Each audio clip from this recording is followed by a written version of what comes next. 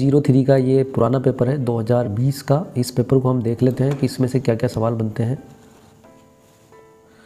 देखिए, इस पेपर का नाम है comparative political institutions and good governance. तो ये टोटल 70 नंबर का पेपर है आपका और 2 घंटे में इसको आप हल करना है। तो इस पेपर का ये जो जो खंड ए है उसमें ये प्रश्न है, तुलनात्मक शासन और तुलनात्मक राजनीति में अंतर बताइए। संसदीय शासन प्रणाली के किन्हीं 2 विशेषताओं का उल्लेख कीजिए। इसको हम पढ़ चुके हैं पिछले वीडियो में, जो फर्स्ट वीडियो उसमें। नौकरशाही की किन्हीं 2 विशेषताओं का उल्लेख कीजिए। देखिए, नौकरशाही ये होती है जो आप कार्यालयों में देखते हो, या IAS, RS, IPS, ये जो लोक सेवक होते हैं, यही नौकरशाही होती है। तो नौकरशाही की 2 विशेषताएं अगर आपको लिखनी है तो क्या लिखोगे आप कि सरकार की योजनाओं को आम जनता तक पहुंचाने का काम कौन करती है? नौकरशाही करती है। और नौकरशाही सरकार की योजनाओं का प्रचार प्रसार करती है।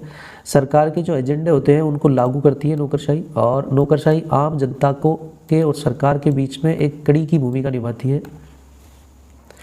देखिए, ये मान लो कोई तहसील है, इस तहसील के किसान हैं और ये तहसीलदार हैं। अब इस तहसीलदार और किसानों के बीच में जो संपर्क है वही नौकरशाही का संपर्क होगा।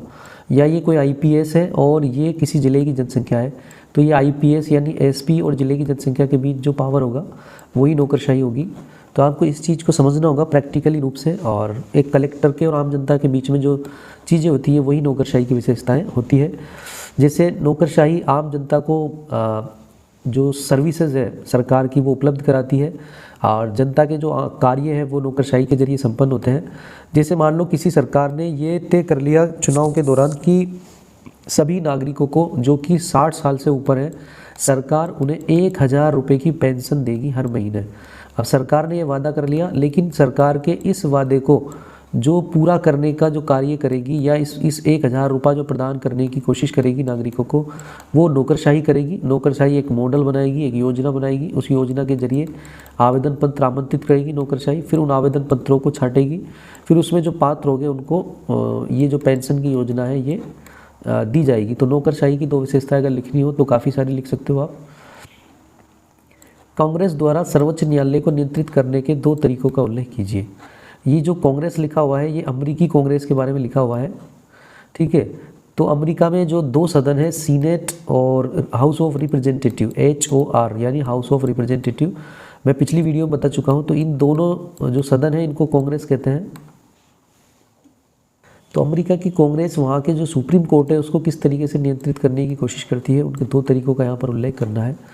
तो वहाँ पर क्या होता है, जो जुडिशियल है और ठीक है, तो वहाँ की जो सुप्रीम कोर्ट है उस सुप्रीम कोर्ट के जो जजेज है उन जज को महाभियोग के जरिए हटाया जा सकता है। और ये महाभियोग कहाँ लाया जाता है? कांग्रेस के जो दोनों सदन हैं, हाउस ऑफ रिप्रेजेंटेटिव और सीनेट, इसमें सर्वोच्च न्यायालय के जजों को हटाने की जो महाभियोग की प्रक्रिया है वो लाई जा सकती है। इसके अलावा सर्वोच्च न्यायालय के जजों की नियुक्ति में जो कांग्रेस है उसका थोड़ा बहुत योगदान होता है। तो इस तरीके से सर्वोच्च न्यायालय को नियंत्रित करने की ये कोशिश करती है। प्रत्यक्ष लोकतंत्र अपन पिछले वीडियो में इसमें पढ़ चुके हैं लगभग पूरा। आप प्रत्यक्ष लोकतंत्र को पिछले वीडियो से सीखिए। फ्रांस की व्यवस्थापिका को हम इस वीडियो में समझेंगे। और नवलोक प्रबंधन के 2 तत्व बताइए, ये भी हम सीखेंगे। ब्रिटिश राजा और राजमुकुट के बारे में हम पिछले वीडियो में पढ़ चुके हैं, ठीक है। ब्रिटिश राजा वहाँ का एक सम्राट होता है और राजमुकुट जो है वहाँ का, देखिए ब्रिटेन में जो राजा होता है वो एक व्यक्ति होता है, जबकि राजमुकुट एक पद की तरह होता है। जैसे हमारे यहाँ पर राष्ट्रपति का पद होता है, तो राष्ट्रपति का पद हमारे यहाँ कभी मरता नहीं है, लेकिन राष्ट्रपति नियुक्त होते हैं और हट भी जाते हैं। जैसे प्रणब मुखर्जी पहले राष्ट्रपति थे, अब हट गए। द्रौपदी मुर्मू जो है अभी राष्ट्रपति हैं, फिर ये हट जाएंगी, लेकिन राष्ट्रपति का पद हमेशा बना रहेगा। इसी तरीके से ब्रिटेन में राजमुकुट का यानी राज जो घराना है उसका राजमुकुट का जो पद है वो बना रहेगा।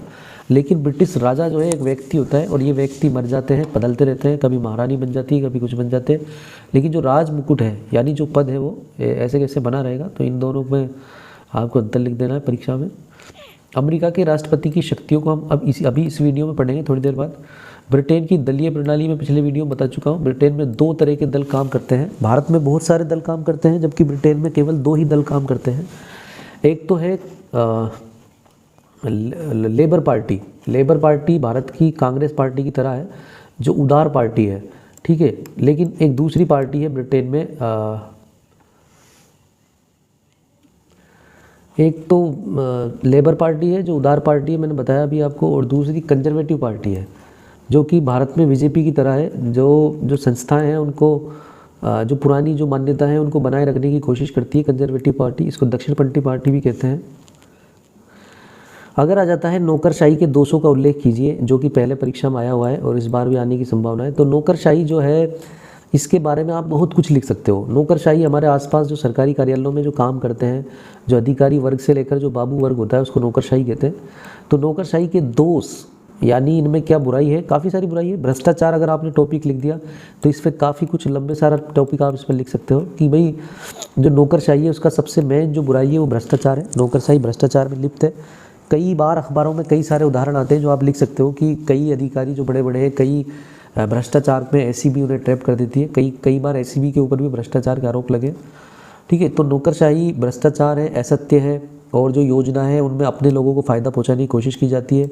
नौकरशाही सरकार के साथ, सरकार के दामन चोली के साथ चलती है। ये सरकार का और नौकरशाही का दोनों का मिलाजुला, दोनों मिलकर काम करती है और दोनों मिलकर भ्रष्टाचार में लिप्त होती है ना। और सरकार में बैठे हुए लोग, मंत्री संतरी, एमएलए, एमपी, प्रधान, उप प्रधान, जिला प्रमुख, सबके सब नौकरशाही के साथ मिलकर भ्रष्टाचार करने की कोशिश करते हैं, ऐसा देखा गया है। तो ये नौकरशाही के दोषों में बहुत सारी चीज़ें लिख देनी है। अमेरिकी राष्ट्रपति की निर्वाचन प्रक्रिया को अभी समझेंगे। व्यवस्थापिका के बारे में समझा चुका हूँ। देखिए, व्यवस्थापिका जो होती है, जैसे भारत में 2 सदन है, इन दोनों सदनों में जो मंत्री होते हैं, है ना, तो ये दोनों सदन मिलकर क्या करते हैं, कानून बनाते हैं। कानून बनाने की यही प्रक्रिया व्यवस्थापिका कहलाती है। इसके पतन के कारणों को मैं पिछले वीडियो में बता चुका हूँ। प्रत्यक्ष लोकतंत्र भी पिछले वीडियो में पढ़ चुके हैं। सुशासन के दार्शनिक आधार, ये नवा सवाल है, ये बड़ा सवाल है। सुशासन का मतलब होता है कि सरकार आम जनता तक आसानी से पहुंच जाए, यही सुशासन है। जैसे मान लो कि आपको जाति प्रमाण पत्र बनवाना है, आप ई मित्र पे गया, आपने जाति प्रमाण पत्र अप्लाई कर दिया, कुछ दिनों बाद आपका जाति प्रमाण पत्र बनकर आपके पास आ गया। ये सबसे बेस्ट एग्जाम्पल है सुशासन का। या आपके पास सरकार के जो कर्मचारी है वो आएंगे और आपके घर में किस किस चीज़ की कमी है ये लिख कर ले जाएंगे और उन कमियों को सरकार की योजनाओं के जरिए पूरा करने की कोशिश करेंगे। ये सुशासन का बेस्ट एग्जाम्पल है। सरकार क्या कर रही है, कौन कौन सी योजनाओं पर काम कर रही है, आरटीआई के जरिए आप जानकारी मांग सकते हो। ये भी सुशासन का एक उदाहरण है। तो सुशासन का मतलब होता है कि जब सरकार का जो शासन है वो जनता के लिए, जनता के कल्याण के लिए काम करे तो सुशासन कहलाता है। सुशासन के बारे में काफ़ी सारी चीज़ें आप लिख सकते हो, काफ़ी सारी चीज़ें। संयुक्त राज्य अमेरिका का संविधान सबसे पुराना संविधान है। और देखिए, ये एक बनाया हुआ संविधान है, निर्मित संविधान है, और ये एक लिखित संविधान है जो कि अमेरिका के सामने एक पुस्तक के रूप में है। और ये सबसे छोटा संविधान है, कम शब्दों में लिखा गया संविधान है। लेकिन भारत का संविधान सबसे लंबा संविधान और सबसे बड़ा संविधान है। इसीलिए भारत के संविधान को वकीलों का स्वर्ग कहा जाता है। संयुक्त राज्य अमेरिका का जो शासन व्यवस्था है वो अध्यक्षात्मक है, यानी राष्ट्रपति वहाँ का मुखिया होता है। लेकिन ब्रिटेन में प्रधानमंत्री मुखिया होता है और भारत में भी प्रधानमंत्री मुखिया होता है। जबकि फ्रांस के जैसी शासन व्यवस्था है संयुक्त राज्य अमेरिका में, वहाँ का जो शासन का जो अध्यक्ष होता है वो राष्ट्रपति होता है। और अपने यहाँ पर जैसे प्रधानमंत्री पीएम नरेंद्र मोदी है, तो इसने लोकसभा के सदस्यों को, जैसे स्मृति ईरानी है, निर्मला सीतारमण है, ठीक है, ये सब क्या है, लोकसभा के सदस्य हैं और इनको इसने मंत्री के रूप में चुन लिया। लेकिन अमेरिका में ऐसा सिस्टम नहीं है। जैसे अमेरिका में जब ट्रंप बना था राष्ट्रपति, तो उसने कुछ पदों पर अपनी बेटी को रख लिया था, अपने दामाद को रख लिया था, और वो चाहता था अपने पूरे ख़ानदान को ऐसे पदों पर रख सकता था। उसको कोई रोकने वाला नहीं था, क्योंकि अमेरिका में जब राष्ट्रपति चुना जाता है तो उसकी कार्यपालिका को वह खुद ही चुनता है। तो अमेरिका के राष्ट्रपति को देखो कितने सारे अधिकार हैं, मजबूत अधिकार है और काफ़ी पावरफुल है अमेरिका का राष्ट्रपति। वहाँ पर सीमित सरकार होती है, न्यायिक सर्वोच्चता वाला संविधान होता है, वो न्यायपालिका को सर्वोच्च माना जाता है वहाँ पर। देखिए, राष्ट्रपति के पास इतनी सारी शक्तियाँ हैं और उसने अपनी कार्यपालिका को चुन लिया, अपने बेटी दामाद और सबको उसने कार्यपालिका में शामिल कर लिया। किसी को विदेश मंत्री बना दिया, किसी को रक्षा मंत्री बना दिया। लेकिन अगर वो अपनी मनमर्जी के कानून पास करता है तो न्यायिक पुनर्विलोकन की शक्ति है वहाँ पर। वहाँ की जो जजेस हैं, वहाँ की जो कोर्ट है, वहाँ की जो न्यायपालिका है, वो उन कानूनों को रद्द कर सकती है जो संविधान से टकराते हैं। यही चीज़ भारत में भी है। जनता द्वारा चुने गए प्रतिनिधियों से लोकतंत्र चलता है, वहाँ पर संघात्मक शासन की व्यवस्था है। देखिए ये अमेरिका है, ये पूरा अमेरिका 50 राज्यों में बटा हुआ है। जैसे भारत में राज्य है 28, उसी तरीके से वहाँ पर 50 राज्य हैं और इन 50 राज्यों से संयुक्त राज्य अमेरिका बनता है। यानी संयुक्त राज्य अमेरिका में संघात्मक शासन की व्यवस्था है। देखिए अपने यहाँ पर अब जब अपने यहाँ पर जो स्टेट है वो नागरिकता नहीं देते, लेकिन अमेरिका में जो 50 स्टेट है वो अपनी अपनी नागरिकता देते हैं। फिर एक आदमी को अमेरिका की नागरिकता लेनी होती है, यानी अमेरिका में दोहरी नागरिकता का प्रावधान है। जैसे अगर भारत में दोहरी नागरिकता का प्रावधान होता तो मुझे राजस्थान की नागरिकता मिलती और भारत की नागरिकता मिलती, मैं 2 तरीके का पासपोर्ट लेकर चलता। लेकिन भारत में एक ही नागरिकता का प्रावधान है और वो है भारत की नागरिकता। तो भारत में दोहरी नागरिकता नहीं है, लेकिन अमेरिका में दोहरी नागरिकता है। अमेरिका में अगर आप पैदा होते कैलिफोर्निया में तो कैलिफोर्निया का पासपोर्ट अलग होता आपके पास और अमेरिका का पासपोर्ट अलग होता। तो 2 तरीके की नागरिकता है वहाँ पर। जैसे भारत में 2 सदन होते हैं, ऐसे अमेरिका में भी 2 सदनों की व्यवस्था की है अमेरिका के संविधान ने। इन 2 सदनों में एक सदन है हाउस ऑफ रिप्रेजेंटेटिव यानी हमारी लोकसभा के जैसा, और दूसरा वहाँ पर है सीनेट यानी हमारी राज्यसभा के जैसा। अमेरिका के राज्यों को काफ़ी आज़ादी मिली हुई है, वो अपने अलग झंडे रखते हैं और वहाँ के जो राज्य है उनका अलग संविधान है, वो अलग से नागरिकता प्रदान करते हैं, पासपोर्ट देते हैं अपने नागरिकों को। लेकिन भारत में ऐसा नहीं है, भारत के राज्यों को अलग झंडे रखने की आज़ादी नहीं है। पहले कश्मीर का झंडा था, वो भी अब ख़त्म हो गया। इसके अलावा जो संविधान है वो भारत का एक ही संविधान है, और पहले कश्मीर को कुछ आज़ादी थी लेकिन वो भी अब ख़त्म हो चुकी है। गणतंत्र की स्थापना का उल्लेख है अमेरिका के संविधान में, इसी तरह भारत में भी गणतंत्र की स्थापना का उल्लेख है। जैसे भारत का मुखिया राष्ट्रपति चुना जाता है, उसी तरह अमेरिका का राष्ट्रपति भी चुना जाता है। वो किसी राजा की कोख से जन्म नहीं लेता, जबकि ब्रिटेन में इसका जस्ट अपोजिट सिस्टम है। तो ब्रिटेन को एक सच्चा गणतंत्र नहीं कह सकते हम। अमेरिका की संघीय व्यवस्था के बारे में समझाइए। देखिए संघीय व्यवस्था में मैं पहले ही बता चुका हूँ आपको कि जब कोई देश केंद्र और राज्यों के बीच में बटा हुआ होता है और राज्यों को और केंद्र को स्पष्ट रूप से शक्तियाँ बांट दी जाती है कि भाई केंद्र के पास ये शक्तियाँ होंगी, जैसे सेना, अंतरिक्ष सुरक्षा, विदेश के संबंध, और राज्यों के पास पुलिस और राज्यों की अपनी व्यवस्थाएं होंगी, जैसे कृषि, शिक्षा, जनसंख्या, ये सारी शिक्षाएं होगी। तो इस तरीके से कानूनों का बंटवारा हो जाता है। केंद्र को मिली हुई शक्तियाँ संघ सूची में आती हैं और राज्यों को मिली शक्तियाँ राज्य सूची में आती हैं। तो जब इस तरीके का सिस्टम काम करता है किसी देश में तो उसको हम संघीय व्यवस्था कहते हैं, है ना। केंद्र और राज्य स्तरों पर सरकारों का गठन होता है और स्वतंत्र सरकारें होती हैं राज्यों में भी और केंद्र में भी। जैसे भारत में और अमेरिका में ये संघीय व्यवस्था दिखाई देती है, लेकिन भारत की अपेक्षा अमेरिका में ज़्यादा मजबूत संघीय व्यवस्था दिखाई देती है। क्यों? क्योंकि अमेरिका में जो स्टेट है वो 50 स्टेट है और इन 50 स्टेटों को विभक्त नहीं किया जा सकता, तोड़ा नहीं जा सकता। लेकिन भारत में क्या है कि जो स्टेट है, जैसे भारत में 28 स्टेट है, इन 28 स्टेटों को तोड़कर 100 स्टेट बनाए जा सकते हैं, या इन 28 स्टेटों को जोड़कर 10 स्टेट या 5 स्टेट बनाए जा सकते हैं। अब भारत में ऐसा किया जा सकता है, लेकिन अमेरिका में ऐसा नहीं किया जा सकता। तो अमेरिका में ज़्यादा मजबूत संघीय व्यवस्था है, यानी राज्य जितने मजबूत होंगे उतनी अच्छी संघीय व्यवस्था मानी जाती है संविधान के जानकारों के हिसाब से। ये सारी बातें आपको एग्जाम में लिखनी है। अमेरिकी संघीय व्यवस्था की विशेषता है, अमेरिका में लिखित संविधान है और संक्षिप्त में है, छोटा सा संविधान है जो राज्यों और केंद्र के बीच में शक्तियों का बंटवारा आसानी से कर देता है, स्पष्ट शब्दों में कर देता है। अमेरिका का संविधान कठोर संविधान है, जिसने एक बार जब स्टेटों को और इनको आज़ादी दे दी तो दे दी, फिर उसमें संशोधन करना बहुत मुश्किल है। अमेरिका में शक्तियों का विभाजन कर दिया गया है, केंद्र और उसके राज्यों के बीच में स्पष्ट रूप से। न्यायिक पालिका की सर्वोच्चता की शक्ति है वहाँ पर, इसलिए वहाँ पर क्या है, केंद्र ऐसे सिस्टम लागू नहीं कर सकती जो कि स्टेट को ख़त्म कर दे। संविधान की सर्वोच्चता है वहाँ पर। राज्यों को सीनेट, यानी जैसे हमारी राज्यसभा में प्रतिनिधित्व होता है, इसी तरीके से वहाँ की जो सीनेट है वहाँ पर इन 50 स्टेटों का समान प्रतिनिधित्व होता है। शायद एक को 2 सीटें हैं, तो 2 तो 50 को कितनी हो गई टोटल 100 सीटें। यानी अमेरिका की जो राज्यसभा होती है उसमें टोटल 100 सीटें होती हैं। अपने यहाँ पर राज्यसभा में 250 सीटें हैं और अपने यहाँ पर जनसंख्या के हिसाब से प्रतिनिधित्व किया जाता है, लेकिन अमेरिका में राज्यों के हिसाब से प्रतिनिधित्व किया जाता है। तो जैसे अपने यहाँ पर अगर 2-2 सीटें सभी स्टेटों को दे देते तो 28 दूनी 56 सीटें हो जाती टोटल, लेकिन अपने यहाँ पर ऐसा सिस्टम नहीं है। अपने यहाँ पर जनसंख्या वाला सिस्टम है। राजस्थान में राज्यसभा की 10 सीटें हैं, तो कई जो जैसे यूपी वगैरह है इसमें ज़्यादा सीटें हैं, लेकिन अमेरिका में ऐसा नहीं है। अमेरिका में सीटें फिक्स हैं उच्च सदन की, सीनेट की।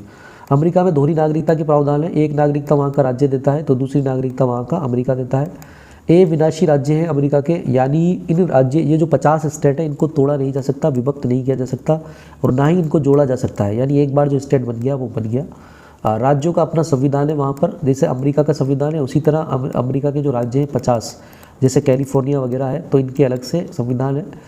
केंद्र के पास विदेशी संबंधों की शक्तियाँ हैं और राज्यों के पास भी विदेशों से थोड़ा सा तालमेल बिठाने की शक्तियाँ हैं कुछ। अमेरिका में राष्ट्रपति के निर्वाचन प्रणाली के बारे में परीक्षा में पूछा जाता है, जो आपको समझना है।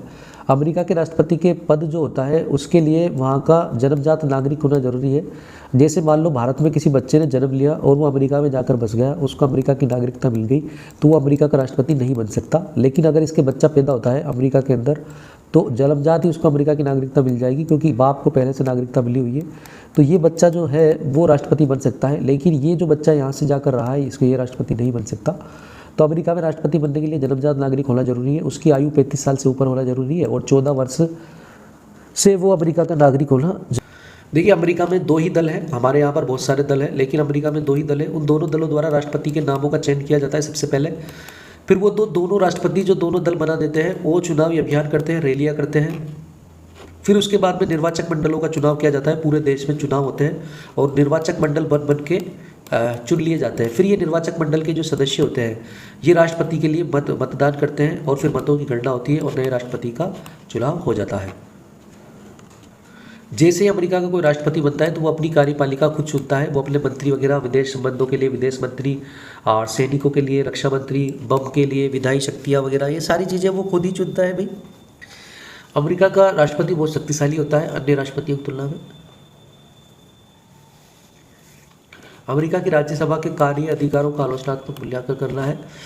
तो संयुक्त राज्य अमेरिका की संघीय सरकार के में द्विसदन की व्यवस्था आती है और इसको जो दोनों सदन होते हैं इनको मिलाकर कांग्रेस कहते हैं। सीनेट इसका उच्च सदन होता है, जैसे भारत की राज्यसभा होती है इसी तरीके से सीनेट वहाँ पर उच्च सदन होता है और सीनेट कभी खत्म नहीं होती। हाउस ऑफ रिप्रेजेंटेटिव वहाँ पर निचला सदन होता है, जैसे भारत में लोकसभा होती है। हाउस ऑफ रिप्रेजेंटेटिव के सदस्य 4 साल के लिए चुने जाते हैं और बाद में ये खत्म हो जाते हैं। तो अमेरिका की जो कांग्रेस है उसकी बैठकें अमेरिका की राजधानी वाशिंगटन डीसी में होती है। जैसे भारत में जो संसद की बैठक दिल्ली में होती है, उसी तरह अमेरिका में वाशिंगटन डीसी में होती है। जो सीनेट की रचना है वो उसमें 100 सदस्य होते हैं टोटल। जैसे 50 जो स्टेट है उन 50 स्टेटों में शायद 2-2 सीटें हैं। आप गूगल पे जाकर इसको कन्फर्म कर लेना। सीनेट के सदस्यों की योग्यता 30 साल होना जरूरी है और वो उस राज्य का निवासी होना जरूरी है। जैसे अमेरिका के 50 स्टेट हैं तो इन 50 स्टेटों का जिस जगह से वो सीनेट का सदस्य बनेगा वहाँ का नागरिक होना जरूरी है। इसका कार्यकाल शायद 6 साल का होता है और इसके जो अधिवेशन है वो साल में 2 या 3 बार होते हैं। सभापति और उपसभापति होते हैं यहाँ पर। जैसे भारत में लोकसभा का अध्यक्ष होता है इसी तरह वहाँ पर सभापति होता है सीनेट का। और जैसे राज्यसभा का जो अध्यक्ष होता है जैसे उपराष्ट्रपति, इसी तरीके से वहाँ पर सभापति होता है, उपसभापति भी होता है वहाँ पर।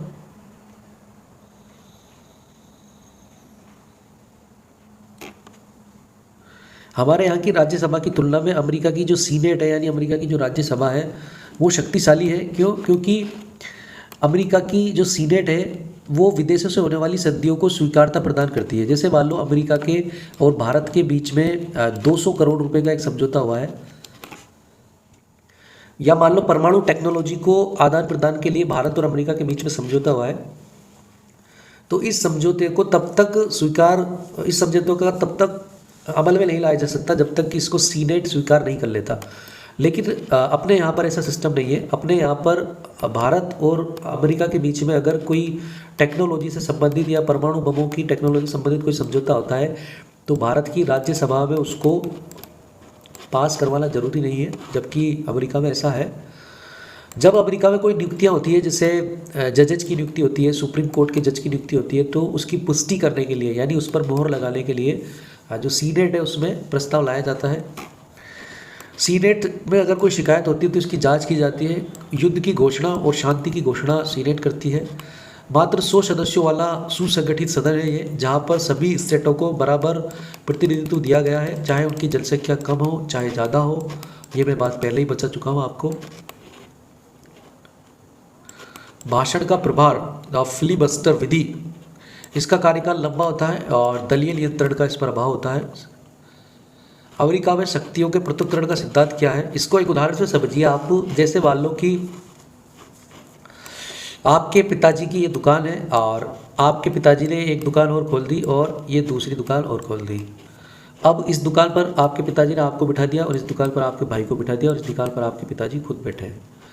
अब क्या होता है कि आपके पिताजी शाम को आपसे पूछते हैं आकर कि भाई कितना पैसा कमाया तूने, और इस पैसे को आपके पिताजी रख लेते हैं। फिर आपके पिताजी इस दुकान पर जाते हैं, कितना पैसा आया, इस पैसे को भी आपके पिताजी रख लेते हैं। ये शक्तियों का पृथक्करण नहीं है। शक्तियों का पृथक्करण का मतलब होता है कि आपके पिताजी ने मान लो ये दुकान डलवा दी आपको, दुकान डलवाने के बाद में इस दुकान का सामान आप खुद खरीदते हो और ख़रीदने के बाद में बेचते हो। जो माल आता है वो पैसा खुद आप रखते हो, फिर सामान खरीदते हो, खुद बेचते हो, यानी इस दुकान के आप मालिक हो चुके हो। आपके पिताजी का आपसे कोई लेना देना नहीं है। इसी तरीके से इस दुकान का मालिक आपका भाई हो गया और आपके पिताजी का इससे कोई लेना देना नहीं है और आपका भी इससे कोई लेना देना नहीं है। इसको बोलते हैं शक्तियों का पृथक्करण। तो जो देश होते हैं उन देशों में भी ऐसा ही सिस्टम काम करता है। जैसे मान लो कि ये कोई केंद्र है ना, अब केंद्र में यहाँ पर सरकार काम कर रही है, जैसे बीजेपी की सरकार काम कर रही है दिल्ली में, और अमेरिका में ऐसे ही इस केंद्र में सरकार काम करती है। फिर अमेरिका में ऐसे स्टेट बने हुए हैं, जैसे ये दुकान बताई नहीं मैंने, ऐसे कई सारे स्टेट बने हुए हैं, 50 स्टेट बने हुए हैं टोटल। अब ये 50 स्टेट अपने यहाँ पर कैसे शासन करते हैं, इससे केंद्र को लेना देना नहीं है ना। ये अपने अपने हिसाब से शासन करते रहते हैं। इसी को शक्तियों का पृथक्करण कहते हैं। और ये शक्तियों जो है वो संविधान के हिसाब से बांट दी गई है, ठीक है। तो शक्तियों के पृथक्करण करने से जो शासन है वो अच्छा बताया जाता है। मॉन्टेस्क्यू ने इसकी सबसे पहले अवधारणा दी थी और अमेरिका ने इसको अपनाया।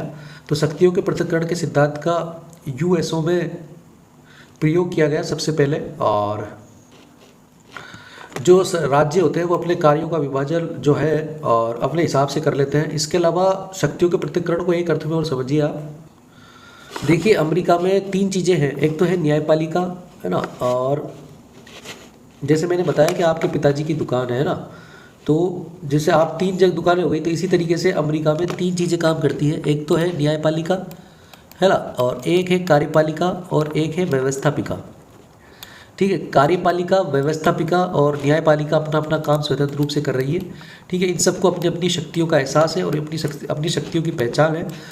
कार्यपालिका न्यायपालिका के शक्तियों में हस्तक्षेप नहीं करती, न्यायपालिका व्यवस्थापिका के कार्यों में हस्तक्षेप नहीं करती और व्यवस्थापिका कार्यपालिका के कार्यों में हस्तक्षेप नहीं करती। इनको अपनी अपनी सीमाएं पता है। इसी को शक्तियों का पृथक्करण कहते हैं अमेरिका में।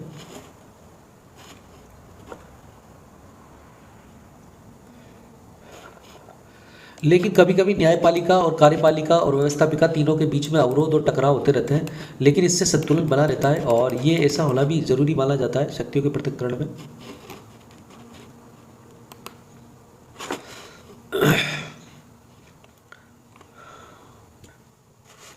देखिए अमेरिका में जो कार्यपालिका होती है वो राष्ट्रपति से मिलकर बनी होती है, ठीक है। राष्ट्रपति और उसके जो सदस्य होते हैं वो कार्यपालिका बनाते हैं। अमेरिका की जो व्यवस्थापिका है वो दोनों सदनों से मिलकर बनी होती है। इन दोनों सदनों को कांग्रेस कहते हैं। इसमें एक होता है हाउस ऑफ रिप्रेजेंटेटिव और एक होता है सीनेट। इसी तरीके से अमेरिका में स्वतंत्र न्यायपालिका होती है, जुडिशियल सर्विसेज होती है और इनका अपना एक सिस्टम होता है ना। अब ये तीनों अपना अपना अलग अलग काम करती रहती हैं। यही शक्तियों का पृथक्करण है। अगर आपके ये चित्र समझ में आ गया तो आपको शक्तियों के पृथक्करण लिखने में कभी दिक्कत नहीं आएगी जिंदगी में।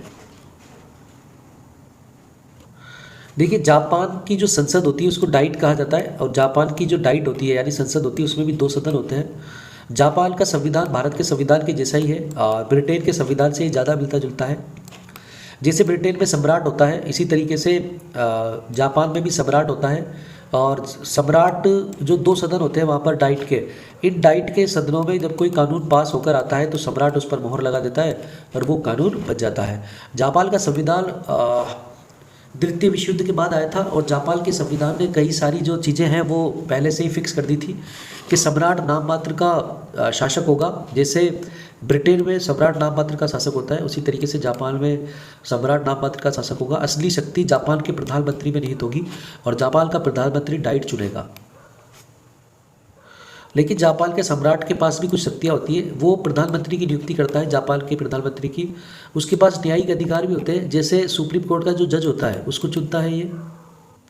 इसके पास कई तरह के विधायी अधिकार होते हैं, मतलब जब सीनेट में जब डाइट में कोई विधेयक पास होकर आता है तो उस पर साइन यही करता है, उसके बाद में कानून बनता है।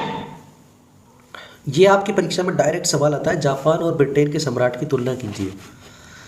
तो देखिए इन दोनों में पहले आपको समानताएं बतानी है। समानता ये बतानी है कि दोनों ही प्रतीकात्मक होते हैं और दोनों का ही शासन में ज़्यादा रोल नहीं होता और ये केवल साज सज्जा की तरह होते हैं और भारत के राष्ट्रपति की तरह इसका रोल होता है, ठीक है। लेकिन इन दोनों में कुछ असमानताएं भी हैं, और इन दोनों में असमानता ये है कि जो ब्रिटेन का जो राजा है वो संसद को कुछ बातें बता सकता है, अच्छाई और बुराई की बातें, लेकिन जापान का जो किंग है वो इस तरीके की बातें नहीं कर सकता। और ब्रिटेन का जो किंग है और ब्रिटेन का वो राजवंश फिक्स कर दिया गया है, और इसी तरीके से जापान का राजवंश भी फिक्स है। लेकिन देखिए, ब्रिटेन के सम्राट की शक्तियाँ जो है धीरे धीरे ख़त्म की गई। पहले कुछ शक्तियाँ छीन ली, फिर कुछ छीन ली, फिर कुछ छीन ली। लेकिन जो जापान का सम्राट है उसकी शक्तियाँ, जब 1945 का द्वितीय विश्व युद्ध हुआ था, द्वितीय विश्व युद्ध में जापान की हार हुई थी, तो फिर संविधान बना था 1949 में जापान का, तो एकदम से मतलब पूरी शक्तियाँ छीन ली ब्रिटेन के सम्राट की, और पूरी शक्तियाँ छीन के किसको दे दी? डाइट को और प्रधानमंत्री को। तो जो ब्रिटेन का जो किंग है उसकी जो शक्तियाँ हैं वो धीरे धीरे छीनी गई थी, लेकिन इसकी एक साथ छीन ली। फ्रांस की शासन व्यवस्था जो है वो अमेरिका की शासन व्यवस्था से मिलती जुलती है। इसको ऐसे समझिए आप, जैसे ये फ्रांस की जनता है, ठीक है, ये फ्रांस की पूरी जनता मिलकर राष्ट्रपति का चुनाव करती है डायरेक्ट। जैसे भारत का प्रधानमंत्री को तो हम क्या करते हैं, लोकसभा के सदस्य चुनते हैं और वो फिर भारत के प्रधानमंत्री को चुनते हैं। लेकिन फ्रांस में ऐसा नहीं है। फ्रांस की जनता जो है डायरेक्ट वोट करती है और डायरेक्ट राष्ट्रपति को चुनती है। एमानुएल मैक्रो जो है उसको ऐसे ही चुना गया था। और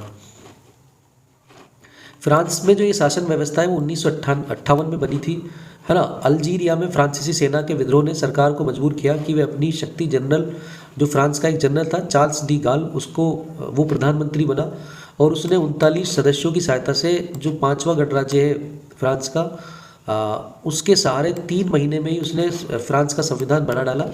और फिर जब उसने जनमत संग्रह करवाया, और जनमत संग्रह के बाद में 1958 से ये जो फ्रांस का संविधान है लागू हो गया।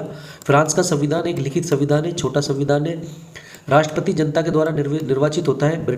फ्रांस का संविधान ये कहता है, फ्रांस के संविधान ने स्वतंत्रता, समानता और भ्रातृत्वता यानी भाई वसुधैव कुटुंब की जो धारणा है वो वाली धारणा इसने दी है। एकात्मक व्यवस्था बनाई है इसने फ्रांस की।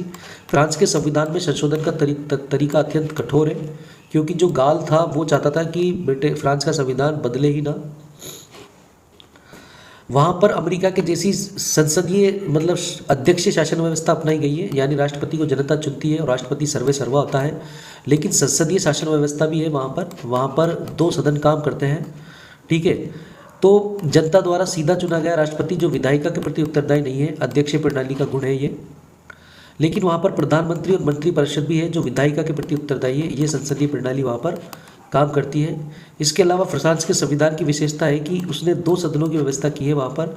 एक होता है सीनेट जो हमारी राज्यसभा की तरह होता है, और दूसरा होता है नेशनल असेंबली जो हमारी लोकसभा की तरह होता है, और वहाँ उसके सदस्य चुने जाते हैं। फ्रांस के संविधान ने शक्तिशाली कार्यपालिका बनाई है राष्ट्रपति की, जबकि दुर्बल विधायिका बनाई है उसने, यानी जो सीनेट और जो नेशनल असेंबली होती है इसको उसने कमज़ोर बनाया है। और फ्रांस के संविधान ने राजनीतिक दलों को संवैधानिक मान्यता दी है, यानी संविधान में ही राजनीतिक दलों का वर्णन है। हमारे भारत के संविधान में ना बीजेपी का वर्णन है और ना ही कांग्रेस का वर्णन है, लेकिन फिर भी ये मजबूत दल है भारत के। लेकिन फ्रांस के संविधान में जो दल है यानी जो राजनीतिक दल है उनका संविधान में वर्णन आया है। फ्रांस के संविधान ने मानव अधिकारों की घोषणा कर दी है। फ्रांस का संविधान धर्मनिरपेक्ष है, यानी किसी भी धर्म को वहाँ पर बढ़ोतरी नहीं दी गई। मूल अधिकारों की घोषणा करता है, ये जनमत संग्रह की बात करता है। तो दोस्तों इसमें मैंने आपको फ्रांस के संविधान की विशेषता बताने की कोशिश की, और तो आपकी समझ में आ गया होगा। और जो जिस भी सब्जेक्ट का आपको वीडियो बनवाना है उसका मेरे को आप मैसेज डाल दिया करें। जैसे इसका मैसेज डाला था कि एक बच्चे ने कि सर पुराने पेपर के साथ बनाइए। मैं पुराने पेपर लेके आया और मैंने इस वीडियो को बनाया। आप देखते ही रहिए इसको। कल आपकी एग्ज़ाम है और आप सबको बेस्ट ऑफ लक।